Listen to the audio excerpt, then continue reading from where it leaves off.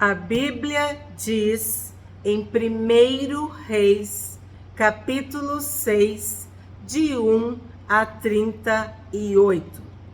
No ano 480, depois que os filhos de Israel saíram do Egito, Salomão, no 4º ano do seu reinado sobre Israel, no mês de Ziv, que é o 2º mês, começou a edificar a casa do Senhor.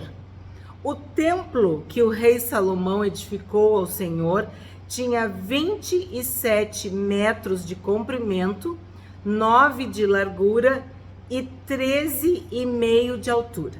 Então, estamos estudando Salomão.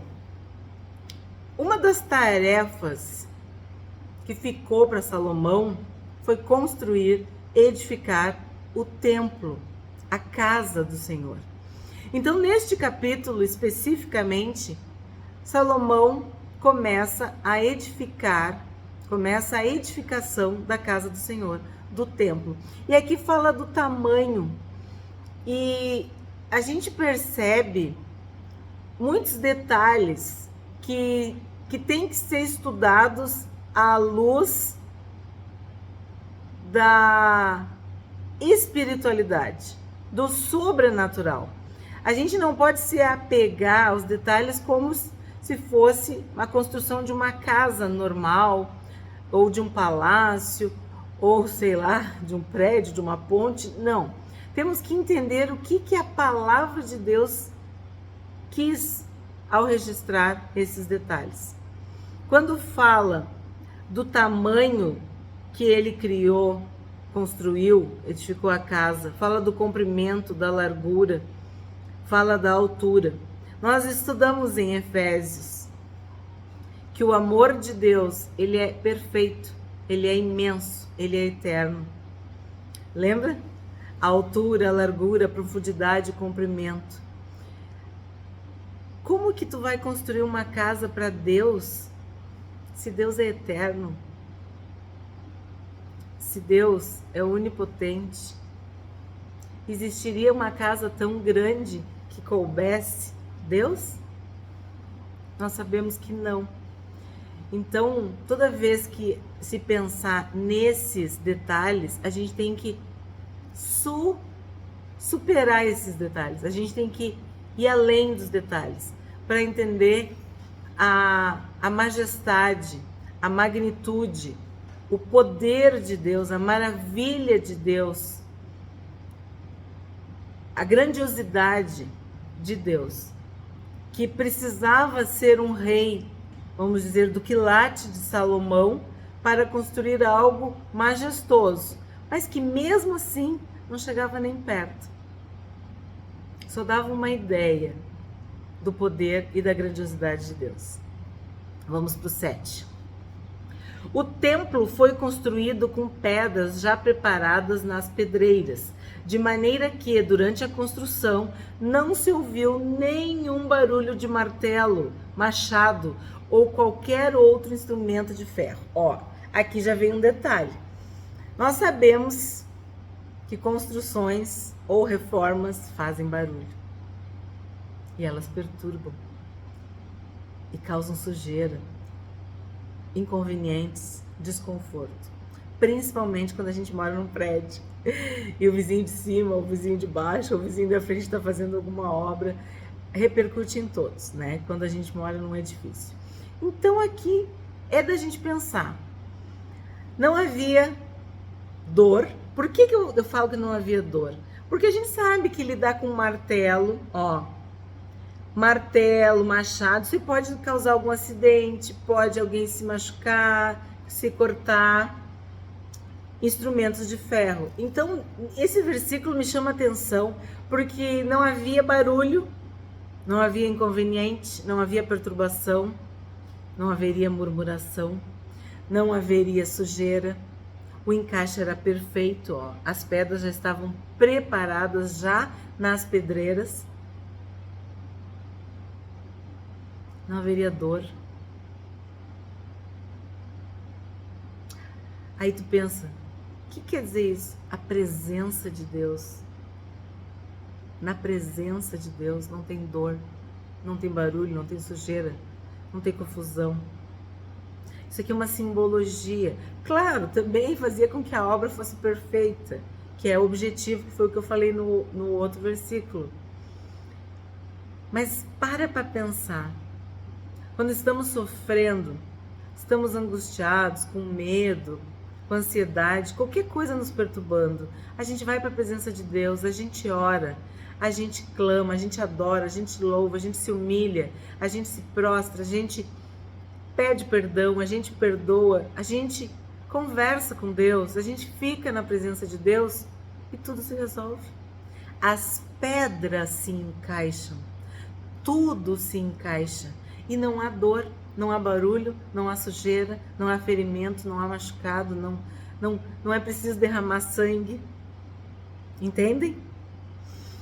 12. Quanto a este templo que você está edificando, se você andar nos meus estatutos e executar os meus juízos e guardar todos os meus mandamentos, andando neles, cumprirei para com você a minha palavra, a qual falei a Davi, seu pai. Olha que interessante. No outro vídeo a gente falou sobre isso. Se, aqui tem de novo. Deus falou para Salomão de novo: se tu andar nos meus caminhos, se tu guardar tudo que o teu pai te ensinou, tudo que o teu pai fez, se tu andar nos caminhos vai dar tudo certo. Certo? Mas a gente já sabe, né? Aí Deus promete: eu habitarei no meio dos filhos de Israel e não abandonarei o meu povo. O que quer dizer? As pessoas questionam muito, mas assim, tá, mas como é que o Espírito Santo agia? Como é que Deus agia? Como é que Deus habitava? Onde é que Deus estava? Nós temos que entender que Jesus fez a obra completa. Na cruz, o Senhor Jesus falou: está consumado. Antes de Jesus, a Bíblia diz que eram sombras, eram tipos, eram, entre aspas, cópias, alegorias, símbolos, notícias de quem era o Salvador, o Libertador. Então, Deus habitava com o povo se houvesse obediência, temor, santidade. E aqui tem um exemplo bem claro. Se tu andar, se tu fizer, tu vai receber as bênçãos. Eu vou habitar com vocês. Se vocês andarem com o quê? Onde? Andarem nos meus caminhos, andarem comigo. Eu vou ficar com vocês. O que acontece? Anda na minha presença. Se a gente anda na presença de Deus, o que quer dizer? Que a presença de Deus anda com a gente, né? É isso que está sendo dito. 15 e 16. Sério, eu pulei, né? 15. Também revestiu as paredes do templo por dentro com tábuas de cedro, desde o assoalho até o teto.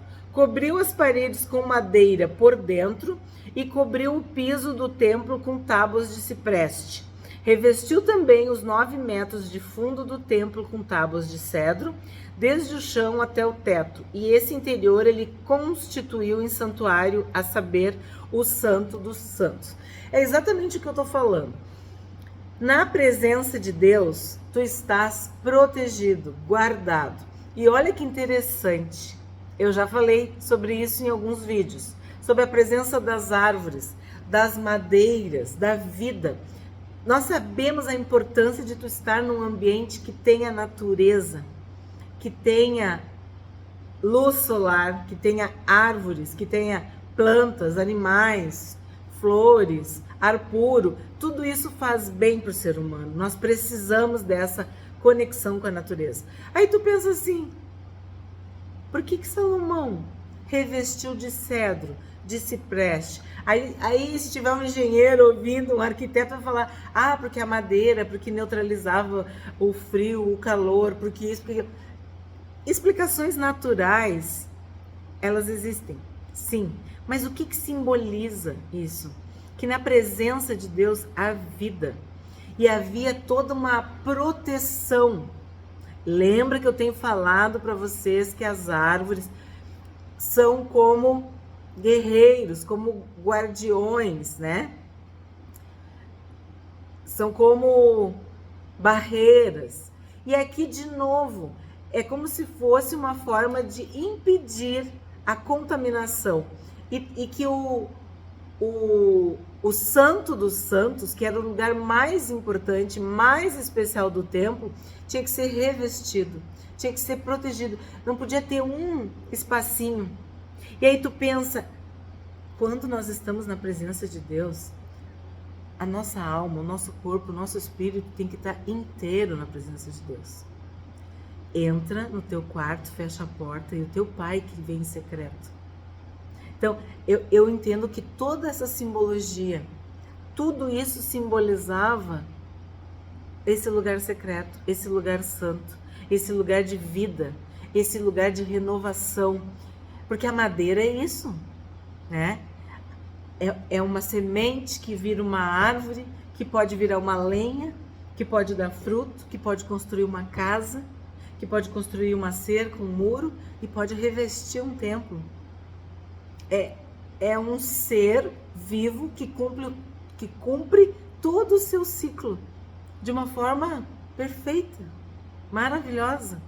E agora, sim, as nossas construções têm outros materiais, mas desde que o mundo é mundo, as pessoas constroem suas casas com madeira, e madeira de boa qualidade. E temos um outro detalhe importante para se falar, de que era uma forma de acústica também.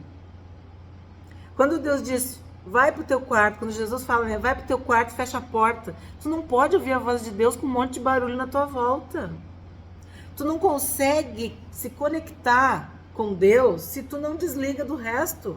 Tu não consegue ouvir a voz suave, meiga e doce do Espírito Santo se tu não silenciar o que está na tua volta. Então também tinha essa questão da acústica. É muito profundo isso aqui. O templo dá um estudo maravilhoso também, mas eu tô só dando notícia, né? Só tô falando assim de uma forma resumida. 19. No mais interior do templo, preparou o Santo dos Santos para nele colocar a Arca da Aliança do Senhor. O Santo dos Santos tinha 9 metros de comprimento, 9 de largura, 9 de altura, cobriu de ouro puro. Cobriu também de ouro o altar de cedro. Então, ouro é riqueza, abundância, prosperidade, é pureza. Imagina, é uma forma de também, hoje em dia, né, a gente vê nesses países, principalmente do Oriente, é uma forma de ostentar, eles mostrar que eles têm muito dinheiro. Aqui, o ouro tem toda uma simbologia. Assim como as árvores têm todo esse, vamos dizer assim, esse poder, né? A Bíblia diz que aquele que obedece a Deus, que medita na Bíblia de dia e de noite, ele é semelhante a uma árvore plantada perto de uma água, de uma fonte, de um ribeiro de águas. E ele vai dar fruto, ele vai prosperar. Então, se a gente tem uma ideia de prosperidade, falando da árvore, como eu falei, cedro, cipreste, oliveira, figueira, essas árvores que são citadas na Bíblia, imagina tu falar do ouro. O que é mais precioso? O ouro. E o que é mais precioso para nós? A presença de Deus. A santidade de Deus. Então, o Santo dos Santos, o altar, tudo isso era coberto de ouro. Para deixar bem claro que se o ouro era valioso, muito mais valioso era a presença de Deus. Muito mais sério e valorizado devia ser estar na presença de Deus. 23. No Santo dos Santos, Salomão fez 2 querubins de madeira de oliveira, cada um com 4,5 metros de altura. Então, o que a gente vê aqui? Querubins. Também tem vídeo no canal, né? Não temas, não temais, não tenha medo, em que a gente vê que os anjos visitavam as pessoas e elas tinham medo. Então, se tu tem medo do empregado, do funcionário, do servo, imagina do Deus vivo, do Deus eterno, onipotente. Então, mais uma forma de ensinar o povo. Esses querubins já deixavam assim atmosfera de que a presença de Deus estava ali. É uma forma de reverência, de indicar a santidade de Deus. 31. Para a entrada do Santo dos Santos, fez uma porta dupla de madeira de oliveira. A verga com as ombreiras formava uma porta pentagonal. É muito interessante. Assim como os querubins simbolizavam essa santidade, a presença angelical, né? Os seres angelicais do céu, essa figura pentagonal, isso também tem uma simbologia. E aí eu me lembro dos Estados Unidos, né? Do Pentágono. Tem toda uma explicação para as figuras geométricas. Por que determinados ângulos são importantes? E ela foi dessa forma. Ó, formavam uma porta pentagonal. As arquiteturas, e principalmente, agora já está tudo mudado, né? Mas antigamente, as igrejas, elas tinham esse formato. Para quê? Que até se chama teto catedral, ou essa angulação. Para quê? Tu nunca parou para pensar? Para tu olhar para o céu, para tu olhar para cima, para tu erguer teus olhos. Isso já te dá também um sinal de que tu tá te conectando com o celestial, com o sobrenatural, com o eterno. É uma figura, né? 38. E no 11º ano, no mês de Bul, que é o 8º mês, o templo foi concluído, com todas as suas dependências, tal como devia ser. Salomão levou 7 anos para edificá-lo. Quem já assistiu o vídeo sobre os números, eu tenho falado várias vezes sobre isso. 7 é feito, completo, total. Então, ele fez tudo como tinha que ter feito. Ele fez tudo como Deus tinha mandado. E ele foi impecável nessa parte. Salomão começou a edificar a casa, o templo do Senhor, com materiais nobres, como madeira de cedro, cipreste e ouro puro. A escolha dos materiais nobres indicavam o valor, a qualidade, a virtude de quem iria, entre aspas, habitar naquele templo. Isso até hoje é assim.